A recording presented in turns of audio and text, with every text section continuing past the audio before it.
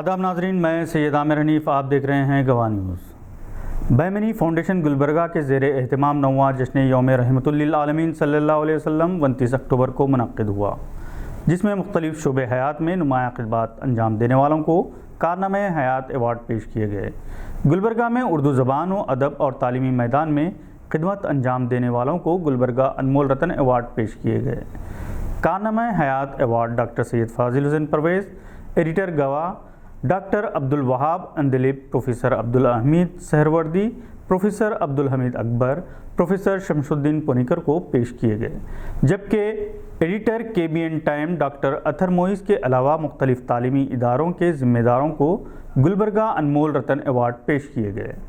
हज़रत अब्दुल फ़ताह सैयद शाह हसन शब्बीर मोहम्मदुल हुसैनी सज्जादा नशीन रोज़ा मुनव्वरा खुर्द गुलबर्गा की ज़ेर सरपरस्ती और हज़रत सैयद शाह यदुल्ला हुसैनी की ज़ेर निगरानी ये तकरीब इंतहाई कामयाबी के साथ अंजाम पाई। मुख्तलिफ़ तालीमी इदारों के तलबा व तलबात को इनके मुख्तलिफ़ मैदानों में सलाहियतों के इजहार पर तहनीत पेश की गई। इस तकरीब की सदारत क़ाज़ी रिज़वानुर रहमान सिद्दीकी बानी सदर रहमानी फाउंडेशन ने की। बाबर आजम और मोहम्मद रिजवान के ख़िलाफ़ सोशल मीडिया और इलेक्ट्रॉनिक मीडिया पर शरंगेज़ मुहिम के पीछे एक मशहूर सट्टाबाज कंपनी का हाथ बताया जा रहा है, जिसने पाकिस्तानी सुपर लीग को स्पॉन्सरशिप दी थी। बाबर आजम और मोहम्मद रिजवान ने इस बेटिंग कंपनी का लोगो जर्सी पर लगाने से इनकार किया था, जिससे इस कंपनी को काफ़ी नुकसान हुआ था और मीडिया इदारों को भी इससे नुकसान हुआ, क्योंकि इन्हें इश्तिहारात आना बंद हो गए थे। तब से कंपनी मीडिया को साथ लेकर बाबर आजम और मोहम्मद रिजवान के ख़िलाफ़ मुहिम चला रही है और इस मुहिम में पाकिस्तान के बाज़ अहम खिलाड़ी भी शामिल है, क्योंकि इसमें इनका माली मुफाद शामिल है। मुमताज़ आलिम दीन मौलाना तारिक जमील के जवां साल फर्जंद आसिम जमील, जिनकी पुरस्कार मौत ने मौलाना के लाखों चाहने वालों को रंजीदा कर दिया है, 30 अक्टूबर की शाम सुपुर्द खाक किए गए। आसिम जमील, जो बचपन ही से डिप्रेशन का शिकार बताए जाते हैं, अपने सिक्योरिटी गार्ड्स की गन से अपने सीने पर खुद को गोली मार ली। मौलाना तारिक जमील ने खुद इस मौत की तस्दीक करते हुए इसे हादिसाती मौत करार दिया।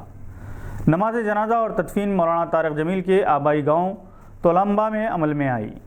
नमाज जनाजा में बड़ी बड़ी शख्सियत ने शिरकत की। ये अजीब बात है कि जिस सिक्योरिटी गार्ड को हिफाजत के लिए मामूर किया गया, इसी की गन से मौत वाक़ हुई, जैसा कि इंदिरा गांधी को इनके सिक्योरिटी गार्ड ने गोली मारी थी। ताहम आसिम जमील ने खुद अपने आप को हलाक किया है। अलबत्ता सिक्योरिटी गार्ड ने इन्हें गन क्यों दी, इसकी तस्दीक की जानी चाहिए।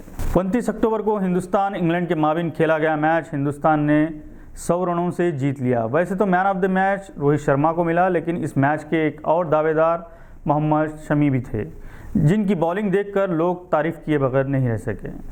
इन्होंने इस वर्ल्ड कप के सिर्फ 2 मैचेस में 9 विकेट हासिल किए। मोहम्मद शमी अब ICC मर्दों के वनडे वर्ल्ड कप की तारीख में सबसे ज़्यादा विकेट्स के टॉप लिस्ट में आने के लिए 1 विकेट की दूरी पर है। मोहम्मद शमी ने 3 वर्ल्ड कप के 13 मैचेस में, जो 2015, 2019 और 2023 में खेले गए, इन्होंने 40 विकेट्स हासिल किए। 29 अक्टूबर को इंग्लैंड के खिलाफ खेले गए मैच में सबसे पहले शामी ने बेन स्टोक्स को आउट किया, फिर जॉन ब्रेस्टो की विकेट ली और वो अपना स्विंग का जादू दिखाते हुए मोइन अली और आदिल रशीद को भी आउट किया। इनका शानदार परफॉर्मेंस काबिल सताइश है। वर्ल्ड कप मैचेस के टॉप बॉलर्स की लिस्ट में हिंदुस्तान के ज़हीर खान 8वें और श्रीनाथ 9वें नंबर पर है, जबकि ऑस्ट्रेलिया के ग्लेन मैकग्राथ 39 मैचेस में 71 विकेट हासिल करके नंबर 1 पोजीशन पर है। वहीं श्रीलंका के मुरलीधरन 39 मैचेस में 68 विकेट हासिल करके दूसरे नंबर पर। याद रहे कि पांड्या की इंजरी के चलते शमी को टीम में शामिल किया गया था। अब पांड्या इंजरी से उभर चुके हैं, लिहाजा देखना ये होगा कि अगले मैच में टीम से बाहर बैठने का नंबर किसका आता है, मोहम्मद सिराज या मोहम्मद शमी का। 2 मैचेस से सिराज की परफॉर्मेंस ठीक नहीं चल रही है, मगर वो अब भी ICC के रैंकिंग में नंबर 2 के बॉलर बने हुए हैं। आज के लिए बस इतना ही। नई मालूमात के लिए फिर से हाजिर होंगे, तब तक के लिए इजाज़त दीजिए। शुक्रिया।